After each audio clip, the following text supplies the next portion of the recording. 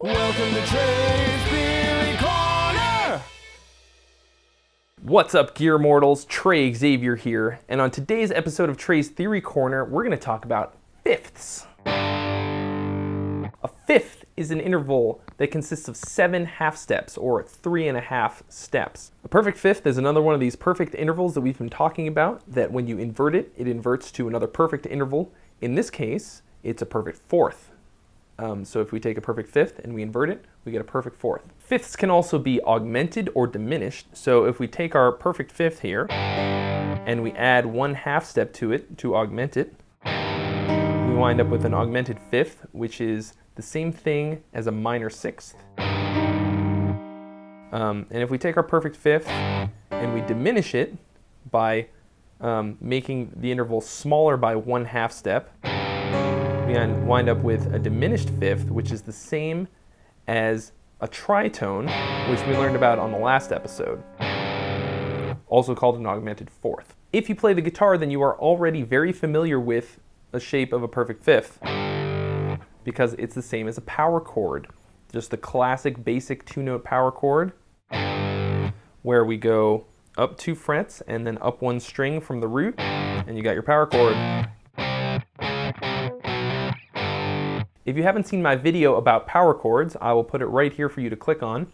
It goes a little more in depth into some different power chords. Now, if we want to move across the fretboard, that same shape works for those sets of strings. When we get to the G and the B string, we got to make it 1 bigger to maintain that fifth shape.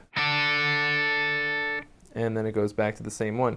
The other shape for a perfect fifth on the guitar looks like this, where you skip 1 string and then you go down 3 frets. That one's not very handy to play, to strum, because you've got that string in the middle you have to skip.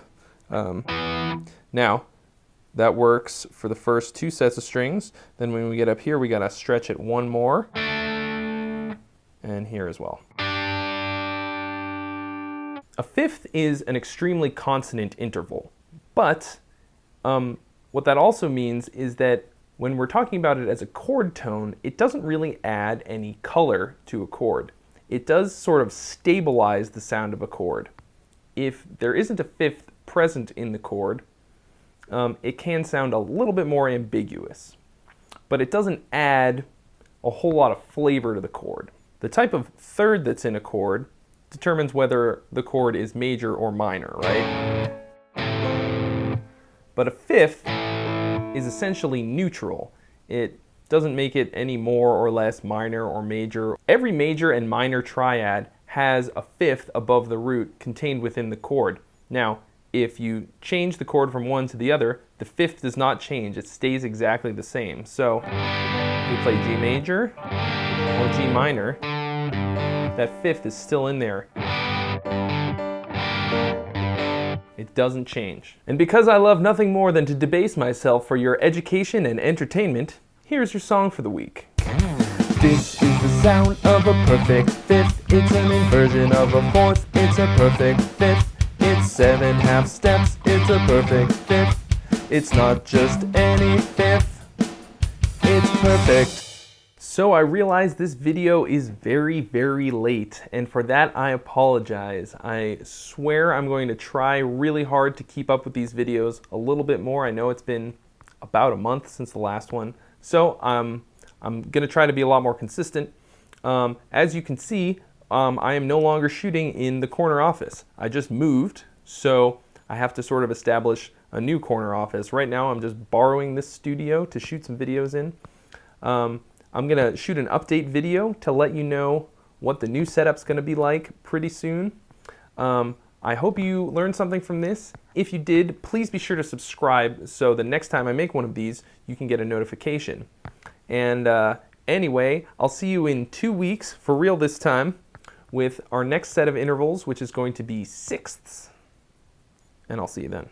First thing you got to think about when it comes to music theory. Number 1. What the fuck is it? What the fuck is music theory? If you already know the answer, please don't shout it out, because you'll look like a crazy person at home by yourself. But really, in order for you to understand what you even need it for or why you should care, you got to know what it is. And before we go any further, I have to define what I think of music theory as for you, so that we can take this journey together to improve our musical knowledge and understanding.